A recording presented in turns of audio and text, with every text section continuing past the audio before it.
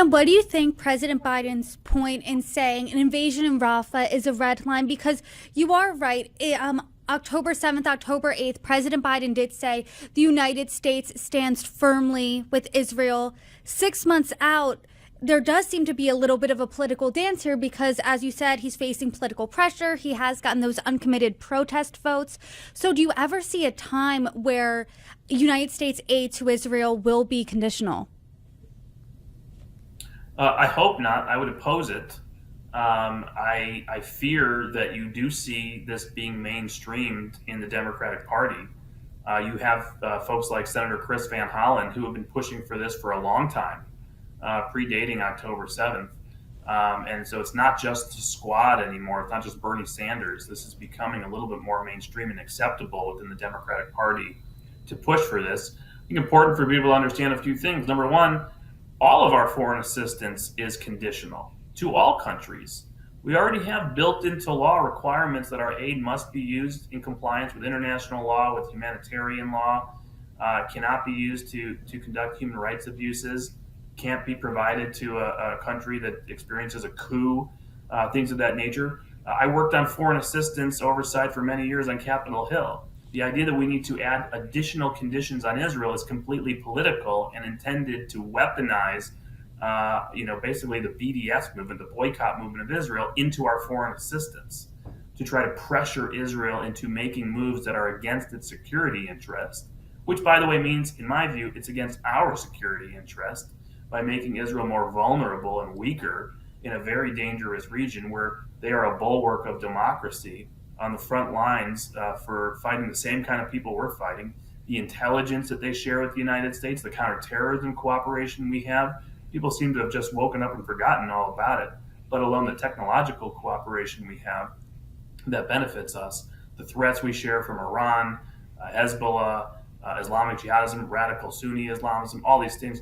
So going ahead and trying to put more pressure on Israel when Israel is the democratic ally that we have. And by the way, which one of these senators is standing up to condition aid to Ukraine? Not a single one.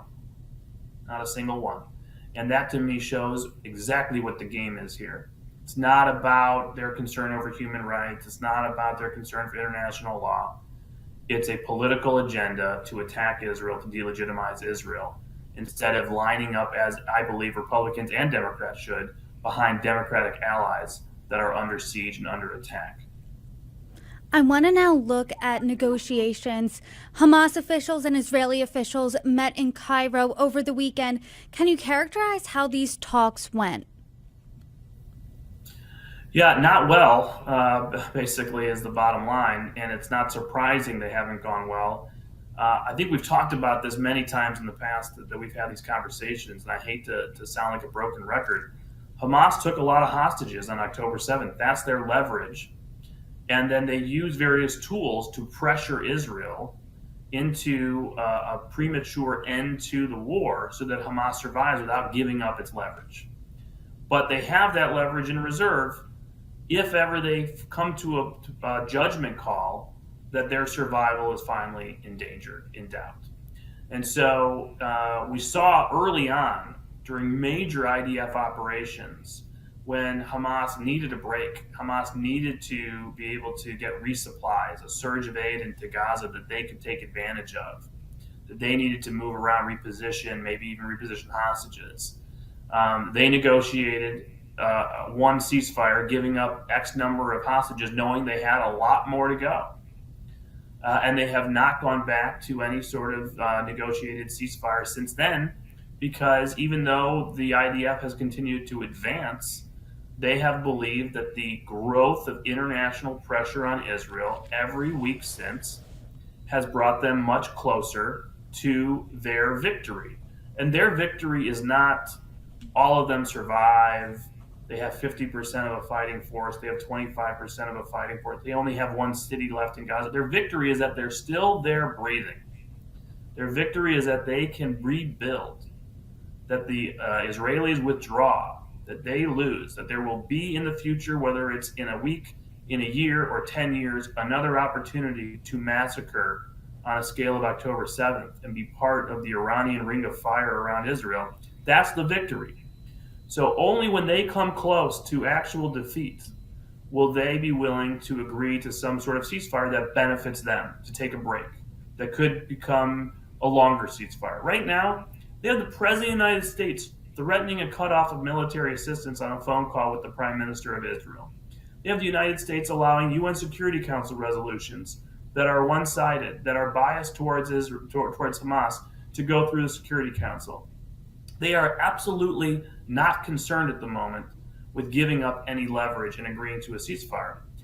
The actual sort of bottom line on the battlefield right now is Israel has unilaterally agreed to an effective ceasefire, with exceptions of precision strikes that are going to be carried out on a day-to-day basis as targets become available. But they've already withdrawn the major ground operations. They've already halted major ground operations.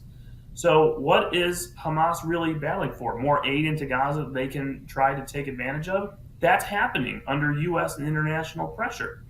What else would they want? They want the movement of civilians back from the south to the north. They want to be able to embed in population flows to go from Rafah all the way back to the north so they can take back real command and control in central and northern Gaza. This is a major point of contention at the table right now. Hamas is saying no deal unless everyone can just go freely with no IDF interference from Rafah, from the south to the north, crossing that line where I said the IDF still holds, that east-west highway. And the IDF is saying no. Women and children might be able to go north, but they'll still have to go through IDF screenings. And as far as male potential combatants go, they're not coming north quite yet. And at some point, when we're ready for males to come back, they can go through proper screening to make sure they're not actually Hamas terrorists that are coming back north. That's a non-starter for Hamas. And they feel no pressure to say yes at the moment until they get this or something close to it that they can take advantage of and exploit. So look for that being one of the major flashpoints. They're also squeezing the Israelis for more and more terrorists to release, for propaganda purposes, for security threat purposes. And not just the number of terrorists to be released in exchange for every hostage, but the kind of terrorist. What did they do? Why were they convicted? How many people did they kill? What's the propaganda value of each of these prisoners that's going to be released from an Israeli jail? That's also something that is under contention here at the negotiating table. And finally, are they going to continue to insist that all Israeli forces must leave? That even that one brigade that's left must withdraw from Gaza? That is their stated position right now. And the Israelis are saying, no, we're not going to do that. We're going to stay in position to collect intelligence and perform special operations and reserve the right to re-enter anywhere we go for a major operation in the future or for stability operations like we may see in the north in coming days and weeks. For Hamas, that's a non-starter. Again, what would it take for Hamas to say, okay, we'll take less than our full maximalist demands?